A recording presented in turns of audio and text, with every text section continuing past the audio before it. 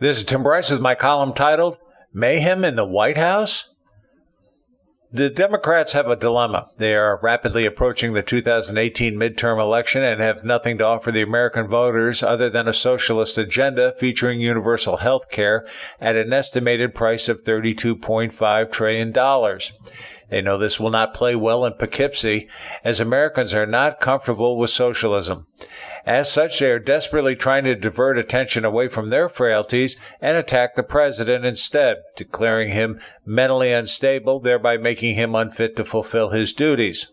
To this end, the Congress has brought up the concept of impeachment, an enactment of the 25th Amendment, which would represent nothing less than a coup d'etat.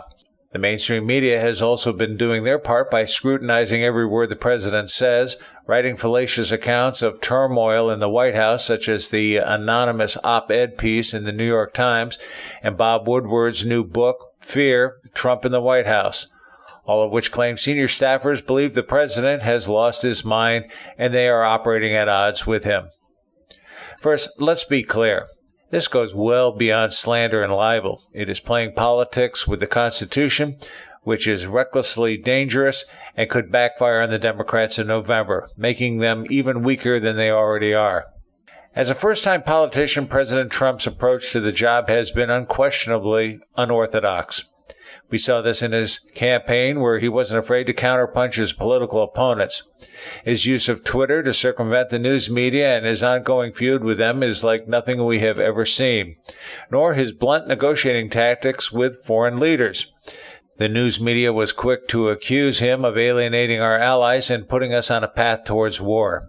Of course, this never happened, and we're working to denuclearize the Korean Peninsula. We've opened a new embassy in the capital of Israel, and we are now beginning to get better trade deals with other countries. The left also demeans the president's accomplishments, such as the rising gross domestic product, lowering unemployment, the influx of jobs from reduced taxes and bureaucratic red tape, economic prosperity, more secure borders, a regalvanized military, and reforms to the VA. Next up, attacking the budget deficit. All of this is immaterial to the Democrats, who declare him crazy in order to lay down a smokescreen to divert the public's attention. In a way, it is like the scene in the movie The Wizard of Oz, where the wizard says, "Pay no attention to the man behind the curtain." If President Trump is truly as mad as the Democrats claim, and I do not agree with their premise, then this country needs more of this madness in our government. The left's disapproval of his character is nothing more than an expression of how out of touch they are with the well-being of the country. Whether you like President Trump's character or not, you cannot deny his results orientation. It is his success that unnerves the Democrats as they realize the public is becoming more cognizant of his accomplishments. Hence, they demean his deeds and falsely paint a picture there is helter-skelter in the White House. Think about it. The president is fighting not only the Democrats, but the news media, left-wing radicals, never-Trumpers, and federal bureaucrats, the legendary deep state.